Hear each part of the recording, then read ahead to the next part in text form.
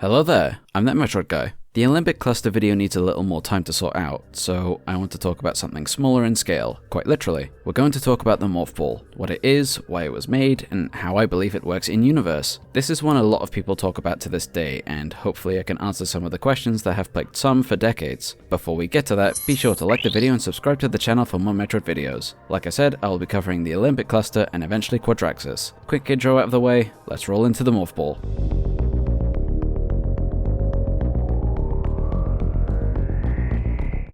The Morph Ball is without a doubt one of, if not the most recognizable aspects of Metroid next to Samus herself and Ridley. While it needs no introduction, I'm gonna give it one anyway. I'm also gonna do something I don't normally do and explore both the in-game and real-world backgrounds behind the Morph Ball. The Morph Ball is an ability within Metroid that allows Samus to transform into a sphere to navigate through small and narrow passageways, bomb obstacles, unlock doors and mechanisms, and even defeat enemies and bosses. It has taken on various appearances and upgrades over the years. Its iconic 8-bit debut on the NES, various forms based on the suit Samus has equipped, and even possessing the ability to attach to walls. There are other characters in Metroid that have their own Morph Ball form, referred to as alt forms, such as the characters from Metroid Prime Hunters, notably Silex's Lockjaw looking suspiciously similar to the Morph Ball in function and presentation. More on that later. The Morph Ball itself is a sphere with a shell split into two grooved hemispheres with a core. It comes to 80 centimeters or over 31 inches in diameter, and its functional presentation is different between games. In the mainline series, the Morph Ball is more mechanical in nature with its sound effects and having Samus simply just morph into the ball, no extra effects or anything. In the Prime series, Samus rolls up, glows into a ball of energy, and the shell forms around her. Yeah, that ball of energy in the middle, that is Samus broken down into pure energy. Then, uniquely in Metroid Other M, Samus transforms into the Morph Ball by seemingly digitizing herself. It's honestly quite a cool effect, but it's a little inappropriate given who made it. The Morph Ball was created by the Chozo, the same race of wise bird people that raised Samus, created Mother Brain, the Metroids, and so on. Were I to guess, the Morph Ball was specifically created by the Thoha tribe of the Chozo on planet SR388, as we see the schematics for it in Samus Returns. This tribe of Chozo were a peaceful people and were both technologically and spiritually advanced. A clue as to how the Morph Ball works, but more on that later. The utility the Morph Ball offers shapes the entire design of every Metroid game to the point its absence for a good portion of Metroid Dread was immediately noticed by everyone that played it, despite the addition of a slide. The maps, progression, and enemies are made with the Morph Ball in mind, and sometimes it is the only way to defeat some enemies and to progress through the game. The Morph Ball has a plethora of upgrades. The Morph Ball Bomb allows Samus to destroy obstacles and walls, typically made from telluric alloy and sandstone. If detonated near Samus while she is in her Morph Ball form, she will be lifted up by the explosion of the bomb, indefinitely if you can time it right in some cases. In the mainline games, these bombs are depicted more like capsule-like objects, while the Prime games show these as balls of blue energy. In some instances, Samus can deploy multiple bombs at once, most definitively with the cross-bomb upgrade. The Boost Ball allows Samus to charge up kinetic energy and use it to dash at high speeds, with it sometimes being required to get to higher platforms by using a half pipe to gain momentum and propel Samus into the air to progress. This can also be used offensively, such as against the quads in Metroid Prime 2 Echoes. My beloved. The Spring Ball gives Samus the ability to jump in her Morph Ball form without the need to deploy a bomb beforehand. It's simple and it's always helpful, particularly against the Spider Guardian. No, you cannot put me through the GameCube version of that fight, not again. The Spider Ball is an interesting one as it depends on the game. In Samus Returns, the Spider Ball is depicted as more mechanical in function with these metallic struts that poke out from the equator of the Morph Ball with a loud metallic chunk of a sound effect. While in the Prime games, it's magnetic and energy based, being limited to specific magnetic paths so the player can't climb out of bounds.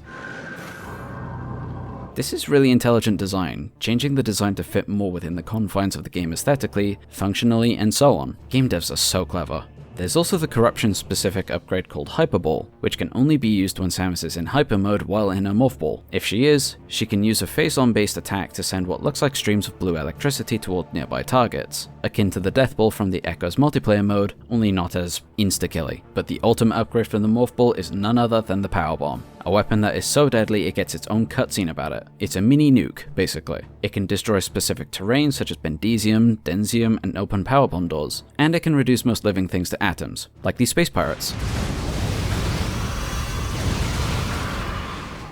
But where did the idea for the Morph Ball come from, at least in the real world of game design? Well, it's an old school classic in the game world, technical limitations. Back in the 1980s, the NES was an 8-bit system with 2000 bytes of RAM. You heard me, bytes. with some cartridges being able to add some more. The file size for the entirety of Metroid on the console was about 59 kilobytes. This picture of Kenji Yamamoto is twice the size of that. The point is, the devs of Metroid didn't have much to work with. Initially, they wanted to have Samus crawl on the ground to get through smaller passageways, but because of these technical constraints, the devs just turned her into a ball, and just like that, an icon of gaming was born. And then in the game's remake, Metroid Zero Mission, the devs were able to finally make Samus crawl around, coming full circle. As a little tangent, this is why I feel that limitations like these can be a good thing. It forces creativity and problem solving to get around said limitations, and more often than not, gems are found and end up defining an era, franchise, or character, and the Morph Ball is the prime example of all of these at once. And it is because of how successful the Morph Ball is that it has appeared in every single Metroid game. So how does the game go about justifying its existence? As mentioned earlier, its plethora of upgrades and useful implementations functionally justify it by themselves. Going back to Zero Mission, in the section where Samus has to sneak around to avoid space pirates, she was slow and largely unable to defend herself, leaving the player vulnerable to heighten the tension of that segment of the game. Going from being quick and able to deploy bombs for defense to not being able to do either shows exactly why the Morph Ball is so useful, and gives a clue as to why the Chozo may have made it. There isn't much in the way of story to justify the Morph Ball's existence, so we're going to use some context clues. As mentioned earlier, the Thoha tribe of the Chozo on SR388 most likely created the Morph Ball, due to the presence of the holographic schematic of the Morph Ball.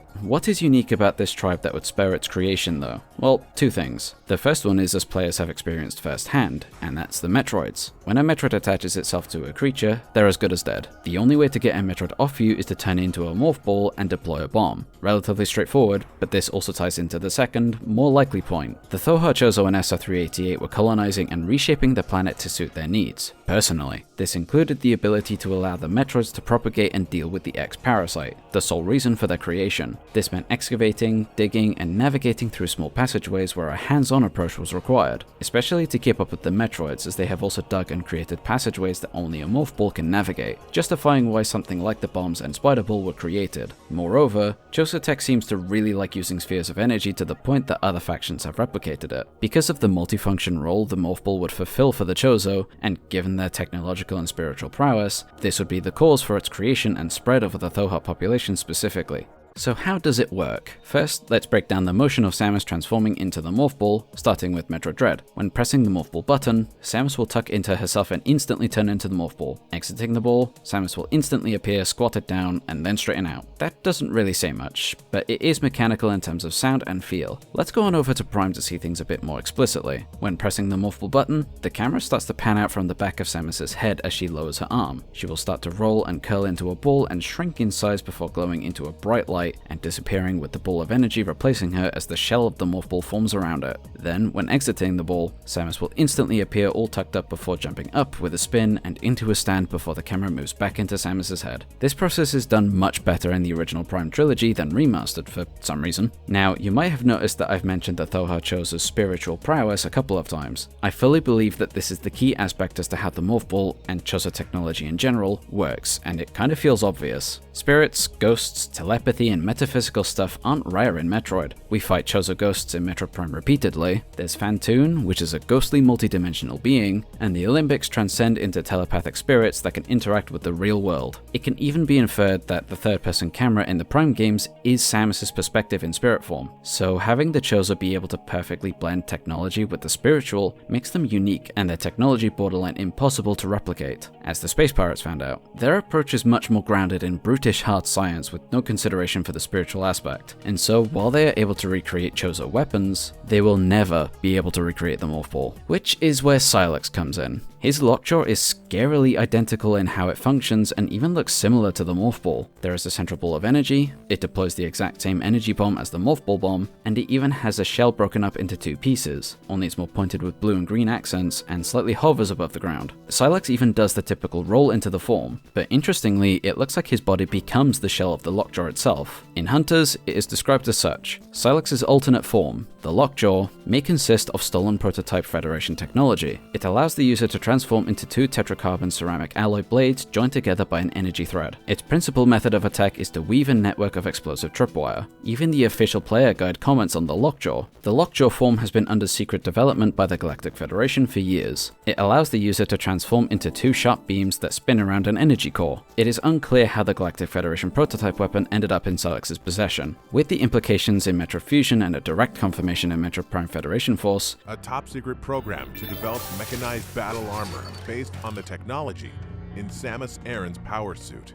we know that the Galactic Federation have been studying Samus and Chozo technology in general. We also know that the Federation that, while just as evil, aren't as brutish and rash as the Space Pirates are when it comes to technology. Using Phazon as an example, the Space Pirates integrated it into everything, and in just about every way you can think of. This of course had major consequences, but yielded results, and that's all that the Pirates were after. The Federation were a bit more cautious, but still as adamant on using Phazon, and so they used it where it was a bit more safe. Even here it wasn't without risk. This was even the case with the Metroids. The Pirates experimented and tried to rush them as weapons, whereas the Federation studied, discovered flaws, and attempted to correct them before using them as weapons. Essentially, the Federation wants to try and at least understand how something works before using it themselves, instead of brute forcing it like the Pirates. I feel like this is the case with the Morph Ball. The Federation have studied Samus's tech to the point that they can replicate it. They understand that Chozo technology uses spiritual energy to the point of being able to replicate upgrades that Samus can download. The Morph Ball, Mother Brain, and even Samus's power suit itself with a mechs and Silex's suit. If anything, the Lockjaw would be where the more digitized method of turning into the Morph Ball like in Other M would make more sense. It would almost be a mix of mechanical and pseudo-spiritual functions, only more rooted in science. But as it is, it's more or less identical to the Morph Ball, if somewhat crude. To summarize the differences in approach with the Morph Ball, the Chozo technology is the original and uses spiritual energy combined with technology. The Pirates' attempts are failed recreations that only look at it technologically and try to force success, while the Federation's versions are mimics that, while impressive and work, aren't anywhere near as good as the source material. And that's about all there is for the functionality of the Morph Ball, how it works, why it was made, and the Lockjaw being almost identical to it. I hope you learned a thing or two, and hopefully this video can put some of the old jokes about the Morph Ball to rest. No, Samus isn't contorted into mush, and no, there isn't a little chibi Samus driving around in there, as funny as that is. She turns into a ball of spiritual energy thanks to her connection to Chozo technology.